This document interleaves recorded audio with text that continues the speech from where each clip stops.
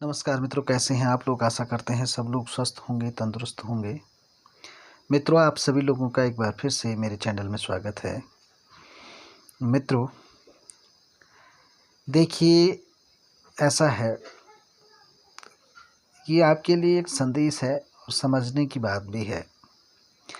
आदमी को हमेशा अपने माता पिता को खुश रखना चाहिए और उनके साथ जो है अच्छा व्यवहार करना चाहिए, क्योंकि माँ एक ऐसी चीज़ होती है कि अगर तुम उसके बच्चों के प्रति अच्छा व्यवहार नहीं रखते हो, अच्छी सद्भावना नहीं रखते हो, तो वो माँ आपको आदर देगी या अपने पास बिठाएगी, ये संभव ही नहीं है ना।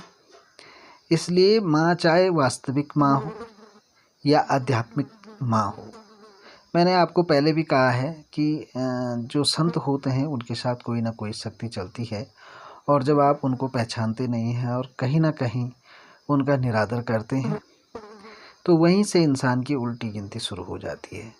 तो इसलिए संतों का जो है सम्मान कीजिए, और भाई आप उनको पहले तो इज्जत दें, और इज्जत नहीं दे सकते हैं तो कम से कम उनका अपमान भी नहीं करना चाहिए, है ना। और मैंने कई बार उदाहरण भी दिए हैं कि संत कोई भी हो सकता है, वो आम नागरिक भी हो सकता है, वो कोई साधु सन्यासी भी हो सकता है, वो कोई कर्मचारी अधिकारी भी हो सकता है। अगर उसकी भावनाएं संतों जैसी हैं तो हर हर वो नागरिक एक संत है ना। और हर एक अच्छा नागरिक जो अच्छी भावनाएं रखता है, सबके विकास के बारे में सोचता है, सबके प्रति सहानुभूति रखता है, तो वो संत है, ठीक है ना। तो इसलिए सबके साथ अच्छा व्यवहार करें, सौहार्दपूर्ण व्यवहार करें, और लालच को अपने मन में ना लाएं, और उसके वशीभूत होकर किसी को नीचा दिखाने का प्रयास ना करें। ये बहुत ही गलत है ना। तो इस तरीके से अपने जीवन में अच्छे मार्ग पर चलें। और हिंदी में एक कवि हुए हैं, लेखक हुए हैं, वियोगी हरि। तो वियोगी हरि जी ने अपने विचारों में ऐसा विचार रखा कि उन्होंने उस पर एक निबंध ही लिख दिया, और निबंध का नाम था विश्व मंदिर। विश्व का कैसा हो मंदिर, एक ऐसा मंदिर जहाँ पूरे विश्व के लोग आएं और सभी धर्मों के लोग समान भाव से उस मंदिर में जाएं, ऐसी उन्होंने कल्पना करी है। और उसमें उन्होंने लिखा है कि उस मंदिर में गीता के उपदेश लिखे हों, तो बौद्ध के भी धम्म लिखे हों, या जो भी उसमें होगा, ऐसा उन्होंने कहा है। काफ़ी समय मुझे उसको पढ़े हुए हो गया, काफ़ी लंबा समय, पर मुझे याद है कि बहुत अच्छा उन्होंने लिखा था विश्व मंदिर। तो उसमें सभी धर्मों के जो अच्छे स्लोगन हैं, मतलब उनको लिखा जाए, और सब धर्म के लोग वहाँ पर जाएं और अपनी भाषा अनुसार अच्छा ज्ञान लें। तो इस प्रकार की भावनाएं जब इंसान के अंदर हों, उसके बाद वो हर सृष्टि में, हर प्राणी में ईश्वर को देखेगा। तो कितनी अच्छी सोच थी, पूरे विश्व के लिए उन्होंने सोचा था कि ऐसा मंदिर बने, है ना। तो इस प्रकार की सोच जो भी रखता है वो संत है।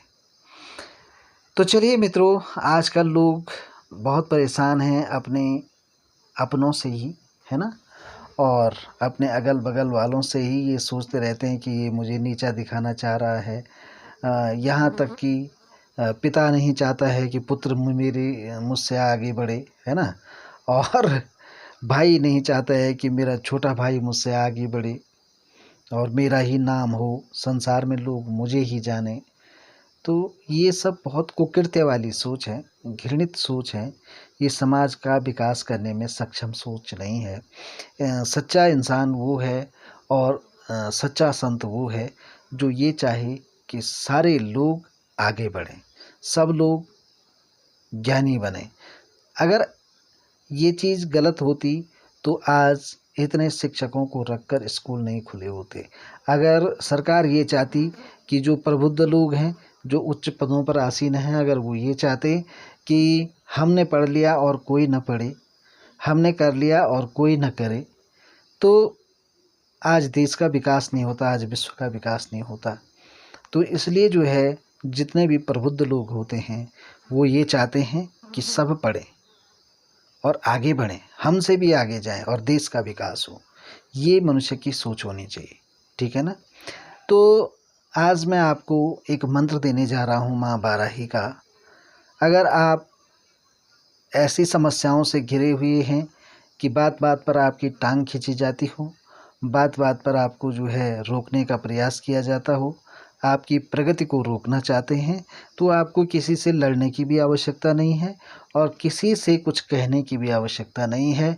आपने चुपचाप अपने घर में बैठ कर के नित्य पूजा पाठ में जो है 12 बार माँ बाराही का नाम लेना है और बस आपका काम हो जाएगा। जो भी आपसे शत्रुता रखेगा उसी दिन से उसकी उल्टी गिनती शुरू हो जाएगी, ठीक है। तो बहुत ही पावरफुल मंत्र है, हालांकि देखने में बहुत सरल है लेकिन बहुत ही पावरफुल है।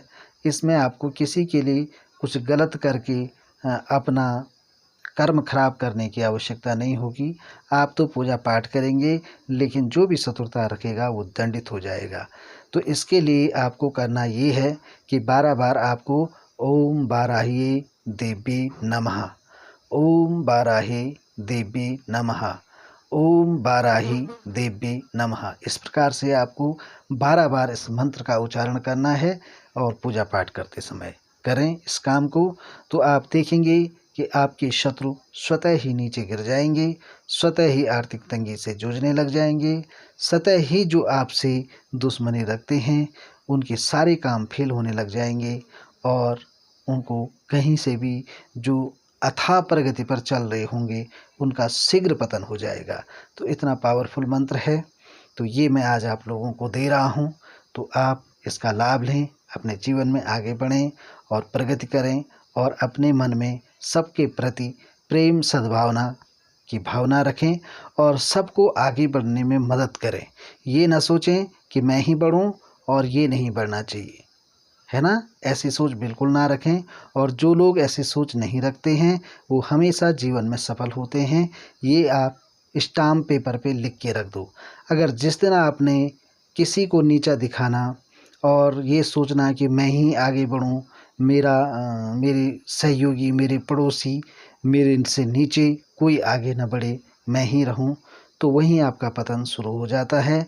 और जहां आप ये सारी सोचें त्याग कर ये कहें कि मुझसे भी सब लोग आगे बढ़ें और सब खुशहाल रहें और सब सुख सबको मिले, है ना, इस प्रकार की भावना जिस दिन रखेंगे उस दिन तो मैं ये दावा करता हूँ कि आपको कोई ज़्यादा ज्ञान की अर्जन करने की आवश्यकता नहीं होगी।